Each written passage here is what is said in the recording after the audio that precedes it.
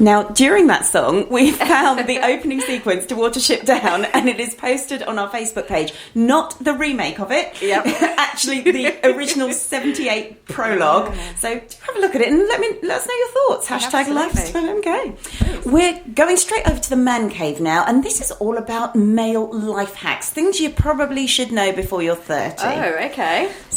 So I think this is something that's, for me, is interesting as a man growing into adulthood in the 21st century. I think manliness as a concept has changed a lot in recent times, particularly because I know we've been watching some of the old Bond films, and the sort of, particularly the gender equality is a completely different thing now. I know Bond isn't exactly the best example of how things were in the 60s and 70s anyway, but it's metrosexual, isn't it? You're allowed to be that now.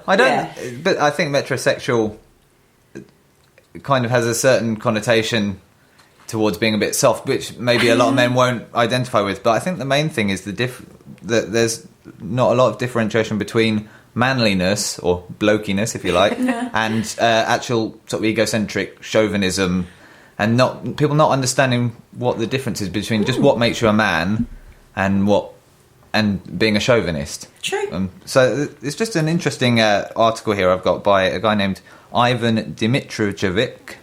Hopefully I said that right. Sorry if I haven't. And it's just a few things that he thinks that a mature man should be able to say that these things are true of themselves by the time they're, say, 30, or even in your mid-20s. You should have enough life experience really to be able to exhibit these things. So I'll see what you guys think of these.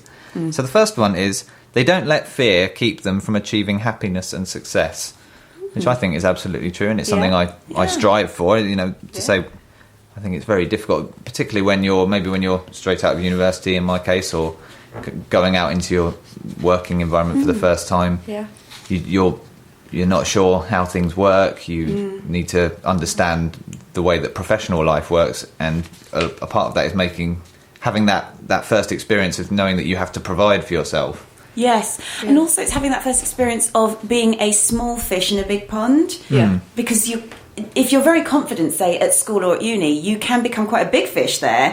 And then suddenly having to go back to the bottom again, it is like starting school.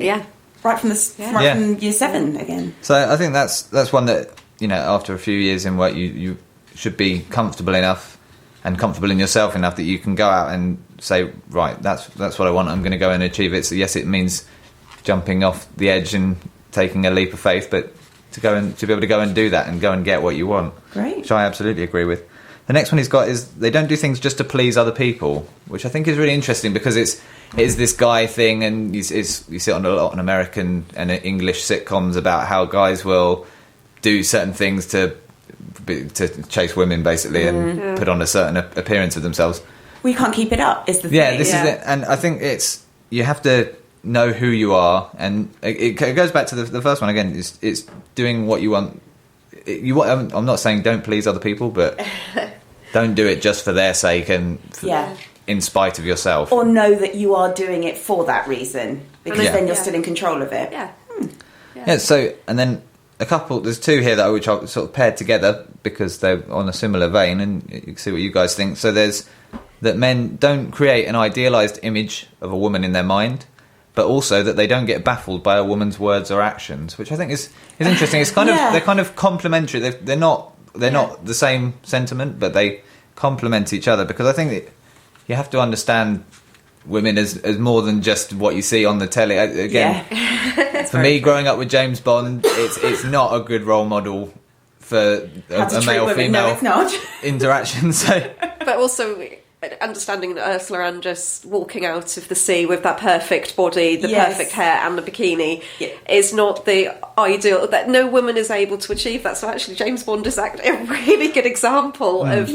how men can be misguided into what is a normal interaction between men and women, and what women are like. Women are not subservient, they're not going to, they're not kittens, or, it's definitely an interesting. But I think it's something that, for men in this case, but I think for everyone, is to understand that while we all want to treat each other as equals, but there are some biological, physical, chemical differences even between us, Yeah. And so you have to appreciate those as well. So in terms of getting baffled by a woman's words or actions, it's just being able to respect a different way of thinking, I think. And that's something that everyone should learn, really, not just men. Yeah. And I think, but again, I think from the how to be a mature man point of view, that's important in wider society, not just in business, in individual anywhere. relationships. So Great. the next one on the list is that they don't hold grudges, which I think is very important, because you're not always going to agree with people, and sometimes you just have to let it go. Yeah, grudges hold you back. Yeah, but eventually, I think for me, I get to the point where I can't bring that feeling back enough to really get excited about it. So I'm just doing it just for the sake, you know. You say, I shouldn't talk to that person, but I don't really feel any negativity. I don't remember why. It's such a long time ago. So that's a good one. They don't feel insecure about their appearance and style, which is for me a really important one. It's something that took me a long time growing up. It was something I really struggled with because, as I said before, I was a bit of an outsider. Maybe I didn't go with the current trends as much as some people. Yeah. And actually learning to be comfortable in yourself is really important. And again, something we were talking about earlier about this current trend of individualism. I think that's fine as long as you actually believe that, and it's not just something you're saying to make you feel better about not being with the in crowd, if you like. So I'm all for individualism, but you have to really believe in it, and it's knowing yourself that it's right for you. It's all about knowing who you are, isn't it? By the sound of things, a lot of these things that we should all learn really as adults. Yeah, but somehow men maybe hide that more than women. Women talk to their friends about it and at least can get that off their chests. Yeah. And actually, men are sort of like, you still have that, the idea of the same differences between men and women. Men are still relied upon. Yes. You know, there are sort of things, silly things like, just put some shells up, get them out. It's silly you things. You assume the man will do it. And women is a more emotional creature, so the man needs to be stoic and just needs to be there and needs to be a rock and needs to be... Well, that leads nicely on to the next one, actually, which is that they don't distance themselves from their family. So I think that's it. In the case of the younger people, that will be your parents and siblings, but then as you get older it becomes your wife and children as well. Work shouldn't take over. Work shouldn't take over, and while you need to create your own space for that, understand the importance of your role within that dynamic, particularly with children. You know, they do look to you for how to behave themselves, and so I'm sure most people would count their fathers as their role models, myself included. And I'm lucky enough to have two, if you like, a father and a stepfather who I both consider as great life role models. So that's very nice. Yeah. Like next one is they don't allow people to bully them, which I think again that goes back to the one we said about knowing yourself, and I think that's fine. It's about standing up for what you believe in and having courage of your convictions. And it is also about being aware of things like controlling relationships, where you're not bullied into being away from your family, your own family, because somebody wants you all to themselves. It's not necessarily love. That can be quite emotionally blackmailing. The next one is they don't moan or despair when faced with challenges, which I think is almost something you have to come through as a young person. And I think this is another one that doesn't necessarily just apply to men anymore, but it's that you have to reach a point where you say, right, I've come up against this big challenge, I've just got to push through it. And then when you come through the other side, generally you've got that so much more life experience for having got through it and how you've got through it. I think that's almost something you need to tick off. Is, if you haven't had any challenges in your life, maybe you're setting yourself up for problems further down the line. So if you feel like you've had a perfect life up to now, maybe go and challenge yourself. Maybe go and climb a mountain or something. Brilliant. Push yourself, but not right now because it's about you listen. Sorry, Dave. hold it for another 35 minutes. Then Kilimanjaro. Here you go. There you go.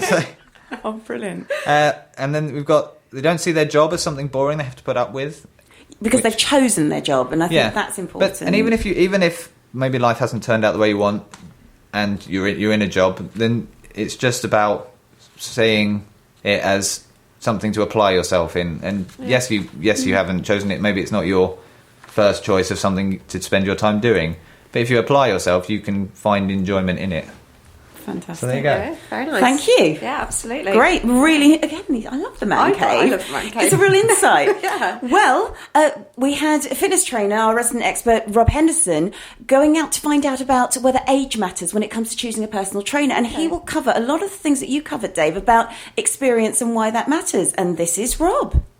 Hey, Lifestyle MK. This week I was asked if age mattered when it comes to choosing a personal trainer.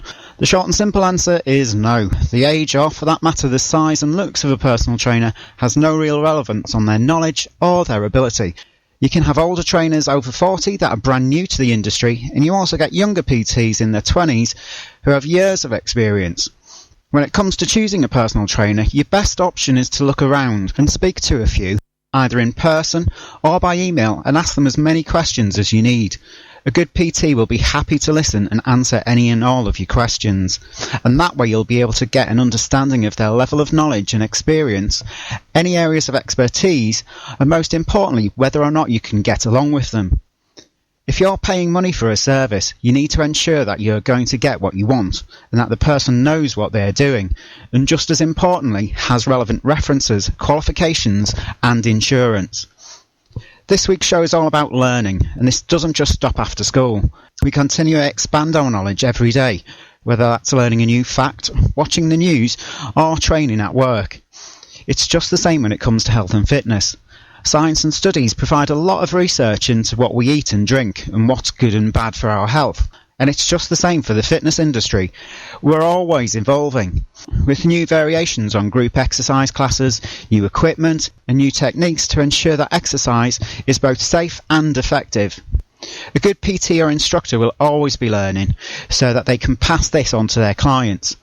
New routines, exercises and diet tips, which means that as a client you're also learning too, understanding why a particular exercise or diet relates to your goals and how to improve your technique, and also what you like and dislike, and stop you from getting bored of doing the same thing day after day. It's one of the reasons that I enjoy my work so much. There's always something new to learn, and I love being able to pass this on, helping people understand how to achieve their goals and motivating them to get there. For more tips on how to choose a personal trainer, have a look at our Facebook page. Otherwise, why not learn something new and try a new class, or speak to an instructor to give you some tips on some new exercises to try. Until next time, keep healthy. Amazing. Yeah. Thank you for that advice, Rob. Really helpful. Age does bring with it experience. Absolutely. And one thing that he said, which was so significant, was if you're at the top of your field and you want to stay there, you've got to keep learning. How else are you going to? Things are constantly changing. People are learning new things. You don't want to be trying to teach somebody something that they learned 10 years ago, 5 years ago, or 6 months ago. Exactly. You need to keep challenging. As a personal trainer, you need to challenge the people that you are training. Yeah. So you have to be training yourself. Perfect. Perfect. Now, we are also going to be talking a little bit later about why we need to train our animals, because we've got our pets corner as usual. We've got our resident vet, Dr. Jamie. And this is something that we don't realise is quite as important, because training animals results in better socialisation and therefore a better life for them. And that's going to be coming up after the break. So we've got a break now, and then we've got the corgis with Everybody's Got to Learn Sometime. Yes, join me, DJ Darren Hoy, each and every Wednesday, like clockwork, 9 through to 11 p.m.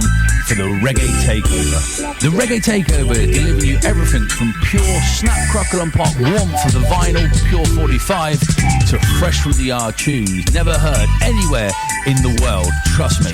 So join me, DJ Darren Hoy, with the Reggae Takeover, live each and every Wednesday, 9 through to 11 p.m, live on Seclo Sound. Fill your heart with sunshine and enjoy.